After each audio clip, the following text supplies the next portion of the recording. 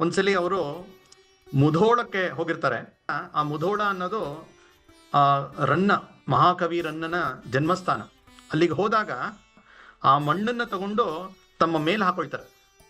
ಆಗ ಒಬ್ರು ಕೇಳ್ತಾರೆ, ಆಗ ಅವ್ರು ಹೇಳ್ತಾರೆ, ಡಿ ವಿ ಜಿ ಅವರು, ಮಹಾಕವಿ ರನ್ನನ ಪಾದಸ್ಪರ್ಶ ಆಗಿರ್ತಕ್ಕಂತಹ ಮಣ್ಣಿದು ತುಂಬಾ ಪವಿತ್ರವಾದದ್ದು ಅಂತ ಹೇಳ್ತಾರೆ.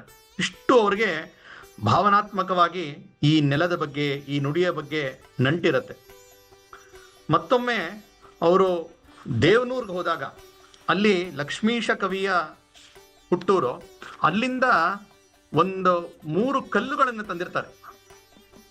ಒಂದ್ಸಲಿ ಇವ್ರ ಮನೆಗೆ ಯಾರೋ ಒಬ್ರು ಸ್ನೇಹಿತರು ಬಂದಾಗ ಅವರು ತೋರಿಸಿ ಹೇಳ್ತಾರೆ, ನೋಡಿ ಲಕ್ಷ್ಮೀಶ ಕವಿ ಹುಟ್ಟಿದ ನೆಲದಿಂದ ನಾನು ಈ ಕಲ್ಲು ತಂದಿದ್ದೀನಿ ಅಂತ. ಅಂದ್ರೆ ಕನ್ನಡದ ನೆಲದ ಕಲ್ಲು ಮಣ್ಣು ಕೂಡ ಅವ್ರಿಗೆ ಇಷ್ಟು ಪ್ರೀತಿಯಾಗಿತ್ತು. ಹಾಗಾಗಿ ಅವರ ಇಡೀ ಬದುಕನ್ನ ಕರ್ನಾಟಕ, ಅದರಲ್ಲೂ ಬೆಂಗಳೂರೇ ಕೇಂದ್ರ ಇಟ್ಕೊಂಡು ಅವರು ಇದಕ್ಕೆ ಬಹಳ ದೊಡ್ಡ ಕೊಡುಗೆಯನ್ನು ಕೊಟ್ಟಿದ್ದಾರೆ.